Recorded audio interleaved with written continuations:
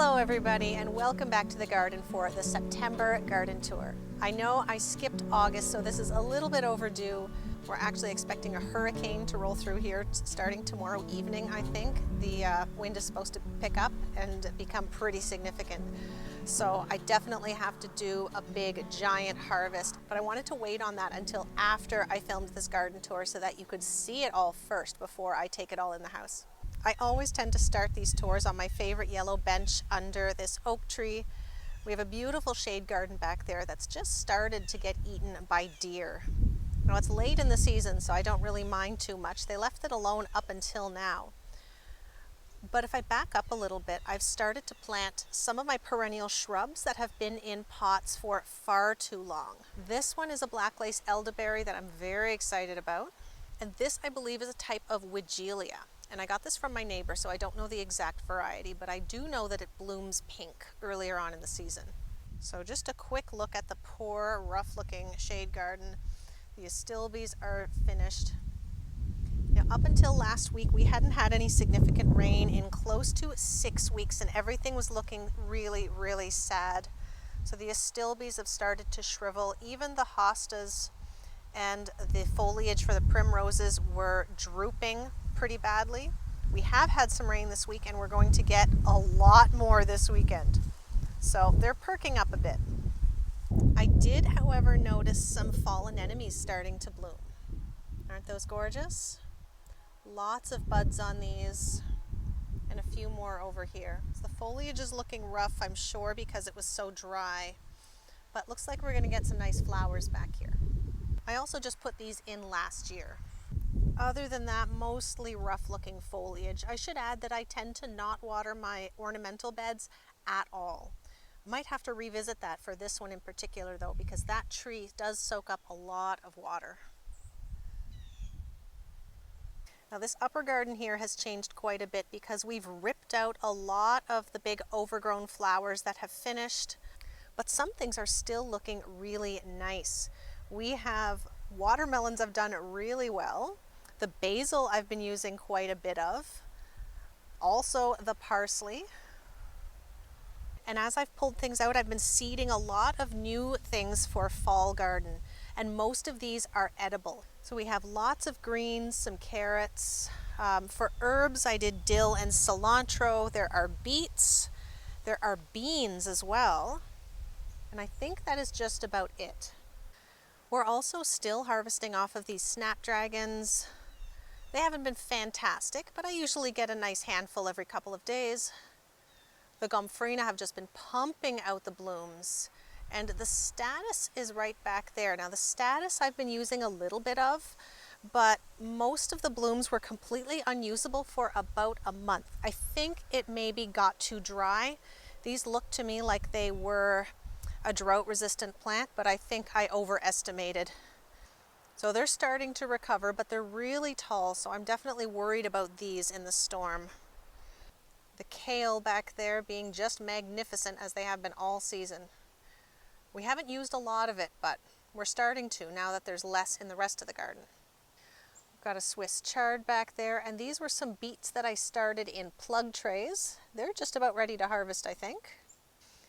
And here's an update on some of the perennials that I put in. We have some delphiniums along the back, and I've just noticed a flower stalk.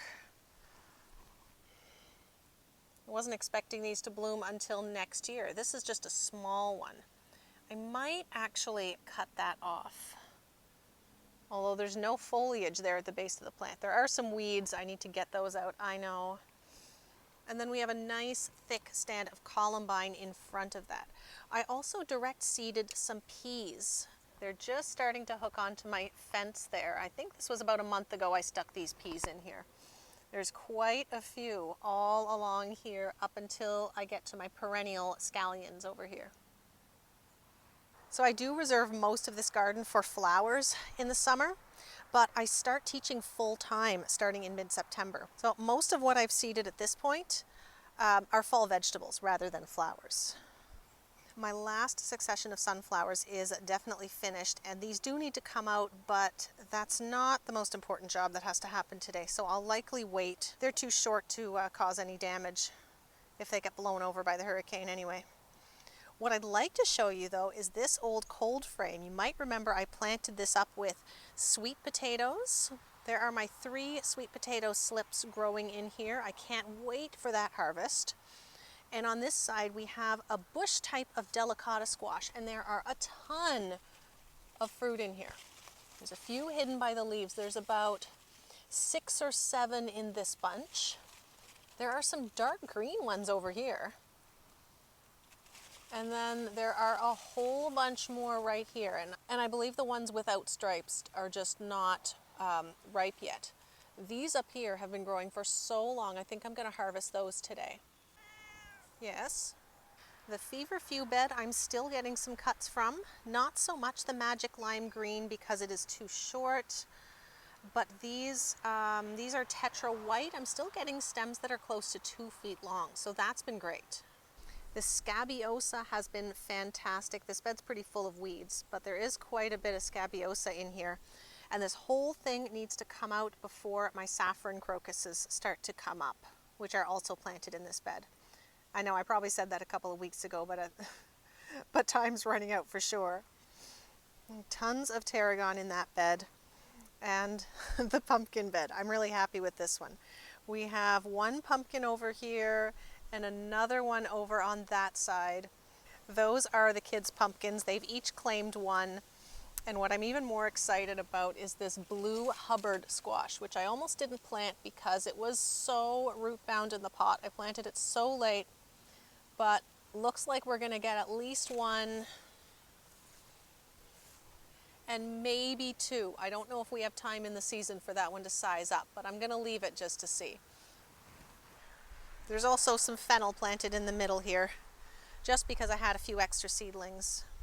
Now I'll show you this bulb crate too. This was my lilies in crates experiment that didn't do great, but I got these bulbs really late on clearance, so I'm hoping just to keep them alive until I can plant them in one of these raised beds to overwinter and hopefully put on a stronger show next year. This bed just has some beans and then some thyme and some rosemary and a few weeds. This is one of my favorites. This has a collection of basil. We have lemon basil here in the front and then cinnamon basil. Those are for cutting. Then this one is Lebanese za'atar. Now I've grown this for a couple of years and haven't ended up using it, so I might not grow it in the future. But it's really pretty. Maybe something for the ornamental bed. Now this one is called Pluto Fine Leaf Basil. I like the flavor on this one and it's just adorable. There are 4 different plants in there and you can see they're distinctly globe shaped. They stay really neat and trim. They're a great choice for containers, especially if you find you only use a little bit here and there. This is a great choice to grow. And then this one is Tulsi, which is also known as holy basil. So arguably the most aromatic bed in the whole garden right there. This oregano we've been using quite a bit of. Now honestly, this is way too much oregano. I don't sell enough of it to dedicate this entire bed, so I've been thinking of ripping that out, but the way that oregano spreads, that's not going to be an easy task, and I'll likely be fighting with it for a while. So I'm still thinking about how to approach that one. And these chives are likely going to be the same. I really only need 3 or 4 good-sized plants. I don't need that whole entire bed. So if I get around to it before winter, both of these beds are going to get a bit of a makeover. So if we get the time today, that pool has got to go. And I'll show you what I've been doing with that. See, the water is half empty, not because I've drained it, but because I let it sit for close to 2 weeks for all the chlorine and chemicals to dissipate. And then I have been watering with it. It was so dry here. We were getting really desperate. So I lugged probably 100 watering cans out of this pool. It was a bit of a lifesaver. But with 100 millimeters of rain coming this weekend, we've got to drain the rest and then get that cleaned and put away. We are still getting a ton of cherry tomatoes, and I have a bunch of other pots grouped here together, mostly to retain moisture, but they're probably going to have to be moved before the hurricane as well. This one though, with my little rosemary lollipop, I'm really pleased with. Has a little thyme in the corner and then that nice draping plant in the front. And yeah, I forget what that's called. Something that overwintered in that pot from last year and I left it. So I'll likely do that again. So let's have a look at these rows now. These strawberries have never really been all that happy, so I think I'm going to rip them out and go for a different variety next year. In the meantime, I'm going to use that bed for something. I have also, if you look back there, pulled out some of my rhubarb and planted grasses. Those are, that is the Carl Forster grass, a perennial grass that I had in the front yard, and then I dug it out and divided it.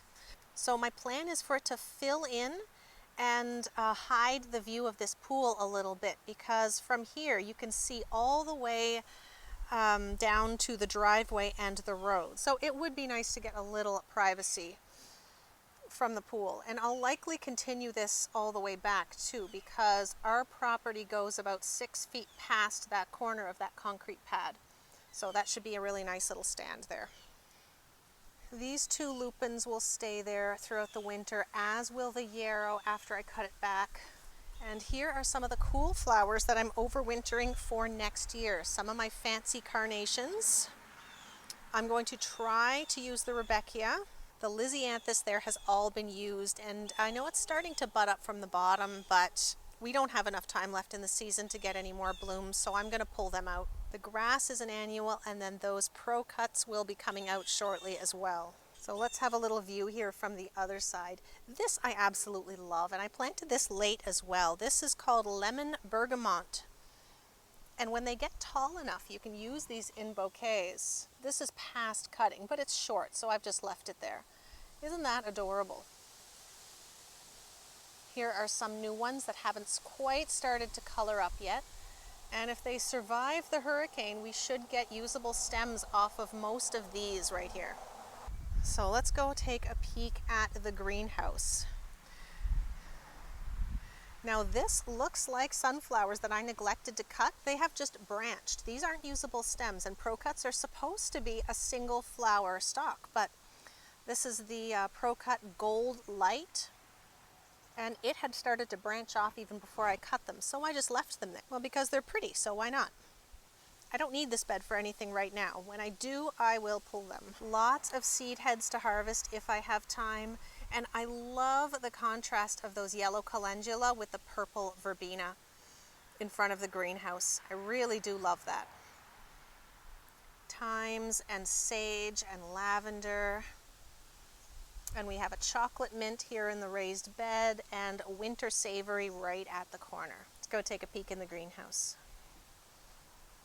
Now this here is the Vietnamese coriander in front with the smaller leaves, and then pineapple sage at the back. We've used this a little bit, but not a ton. I also have a nice big lemongrass here and a little bit of ginger. Now I just released a video on ginger a few days ago, so I'm not going to talk about this a whole lot, but what I didn't mention in the video is the piece that I broke off and replanted. So that's it right here. It was the newest shoot, which is right there, the 6th one that I found while I was digging it up, and I kept one other piece as well, and the smaller clump I did not disturb at all. So we have a bit of a rough looking tomato here, but there are some fruits on that will be harvested soon. The peppers are doing great. We have some sweet Italian on this side.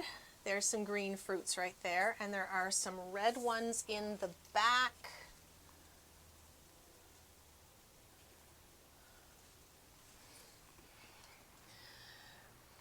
And these ones here are an F1 hybrid, and they are your classic nice big bell pepper. So this is a really good size, a full size of my hand for sure, and there are more coming. 1, 2, and maybe a few more if I've missed any. Some Roma tomatoes that I'll need to pick today. There's some hiding. There's some more. Those are Roma. This one here is a Roma. And this one, this is my favorite paste tomato. This is speckled Roman. These ones are obviously not ripe, but when they do turn ripe, they are a red with gold streaking, and they're just gorgeous. The taste is pretty great too. So there's quite a few peppers on the other side of the greenhouse too. These ones are Yankee Bell, a little bit smaller than the F1 hybrids, but these I don't think they're an heirloom, but I'm pretty sure they are just an open pollinated. This is the side that I've had a bit of a watering issue with. I've mentioned it before, the soil is drying out way more dramatically than it has in the past. And I've been growing in this greenhouse the same way for the last couple of years. So I'm not sure if there's voles digging tunnels under there and causing the plant roots to dry out. But I've had to just about double my watering in here. And that seems to be helping. So if you watched my ginger video, there are the pots that I planted. It's only been 2 days, so nothing growing yet. Those are the ones that have been potted up for a few weeks. Here are some of my cool flowers. These are Larkspur, Imperial King White, and Imperial Mix. There's a bit of yellowing on the leaves, so my plan is to plant these ASAP after the storm. I even have a little bit of a die-off on my feverfew over here. And I have not made any changes to my feeding and watering. I'm not worried about the feverfew because I have a ton, but this Larkspur, and then these are Chabot La France carnations. Those I definitely want to save. So I don't know if there's some type of fungus or something in there, but I really don't think I have been under feeding them. But we'll get those planted and then see if they perk up. These will be overwintering for next year. I have a few other things hidden back here too. I have some mint cuttings in there, some rosemary and lavender, and a small, this was given to me by a market customer. She says it is a thyme. And then these are lily bulbils that I pulled off of my white Casablanca. So that is very exciting. They're starting to grow, and I'll pop these in the ground before winter. I also have a few Egyptian walking onions and some small bulbils that came off of my elephant garlic as well. That's just something I should have planted weeks ago and haven't gotten around to it yet. So that is the greenhouse. Moving on. I keep forgetting to do an update on the kids' garden as well, but it has grown. They've sort of lost their ladder here on this side, but we'll remember that when we plant for next year. The mint patch, always spectacular. Low buster. Yeah, so I did take a moment to pick the tomatoes and peppers in the greenhouse, so there's what we've got so far. And later today I have to do the watermelons and squash. We have more watermelons over here. There's another one. And there is a lot of squash hidden around here as well. We have sweet dumpling and some butternut, in addition to those pumpkins that I showed you before. So here is the other one. Now I know you're supposed to wait until the stem turns brown and hardens, which it has not, but I really don't want to leave it out in 100 millimeters of rain. But that is a really nice pumpkin. I don't want to lose it. So we'll have a quick peek at these as well. I have some potted things that I haven't planted yet. That dianthus needs to be planted. I have these two small bananas over here, and then the big ones over by the greenhouse. That were the ones that I separated in a video a couple of months ago. So you can find that if that's something you want to watch. A couple more watermelons. All of this is Godetia flowers. There are tons of buds.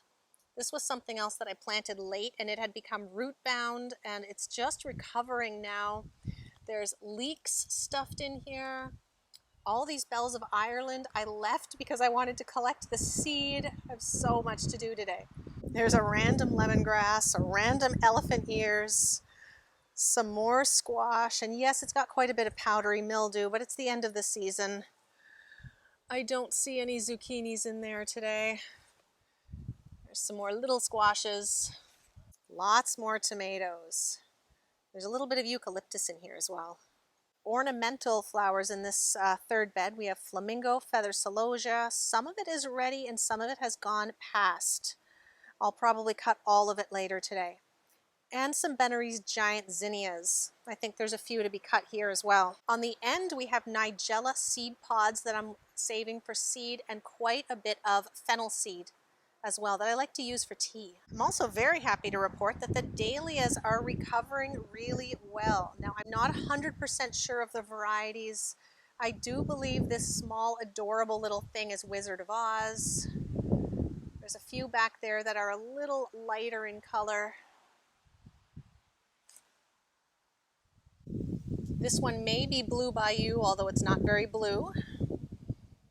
I've cut a few of these gorgeous yellow ones already. Hopefully these will survive the storm. This is a first of this variety. Boom Boom White maybe? That one I'll have to look that up. Lots more buds coming as well. These dark burgundies are always a favorite. These are a shorter border style, so those are not for cutting. Oh, here's another one of those dark burgundies. There are a few lighter colored ones hiding in the middle here. That one's just about perfect. Look at that. And then there's this one here, which I think might be Natalie G. Now, normally I would not cut that with the green center, but I'd rather cut it now than risk losing it to the hurricane. And another dark colored one that is not quite ready yet. Now, the last of my beds here has my decorative gourds. I'm hoping to use these for a farmer's market before the end of the season. I have 2 seed mixes, so there's quite a variety. Let's see if we can find some different ones. There's one. Still lots of little babies popping up as well. There's a nice green one. Oh, there's a different one. I haven't seen that one yet. Some more of those. Well, that one's a little on the flatter side. I like that one. Let's see what's in here. I don't see much. Oh, there's one. I also planted these quite late, but they've done pretty well. And I do have 6, I think, that I've harvested that are in the house already. Now, we've had these 2 apple trees here for a couple of years. There's the second one right over there. And then we finally planted our 2 blueberry bushes. So, and yes, we are going to get rid of all the grass over here as well. There is unfortunately not a whole lot to look at in the ornamental beds. I don't have a whole lot of late season color, but I picked up some nice mums at the garden center. I do have a hydrangea over there. I believe this is called Little Lime. This new little garden here was suffering in the dry quite a bit, but it started to perk up since last week's rain. Everything's still pretty young, but I have planned for a lot of spring color here, so we won't spend a lot of time here today. And I have to say, even this new bed that had suffered quite a bit from the bad soil that was put here, you've likely heard me talk about that before, but I'm actually able to use quite a bit of what's here, so it's not a total loss for the year. I've been drying a lot of this celosia and even the amaranth. I think this was a mix of a draping amaranth, and then this I think was coral fountains. I'm not positive on that, but I cut quite a bit of it this week, so what you're seeing is just what was not quite big enough to use yet. Well, but here's a nice one. These are short, but they're perfectly fine for drying. Same as these. I think this is called Ruby Parfait, and I think Sunday Gold on that one. I just love both of these. I've even been cutting these cosmos. We have Double Click Cranberry, Double Click Snow Puff, and a cupcake something. I don't remember the exact name, but look at that. That is just the sweetest thing. Hi, Buster. And I think that's just about everything that I have to show you today, guys. So I've pretty much shut down the market garden for the season. I did plant all those decorative gourds for a farmer's market. It would be a shame to not use them. But then if all I have is a couple of dozen, then I suppose we could just use them to decorate around the house as well. So I'll keep you updated on that. Hello, Buster. Are you helping? Buster's going to help me pick tomatoes. Maybe. So Buster and I are going to say thank you so much for watching, everybody. I'm going to go do a mad harvest and some hurricane prep. I will do some filming if I can, and I'll see you next time.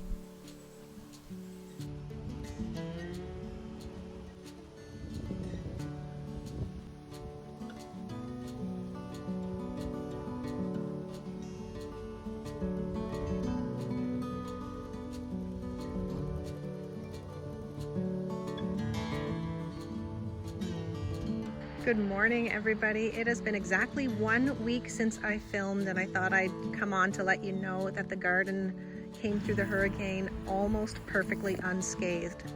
We have a few things that were knocked over slightly, some broken branches on the dahlias, but other than that, we are just fine here.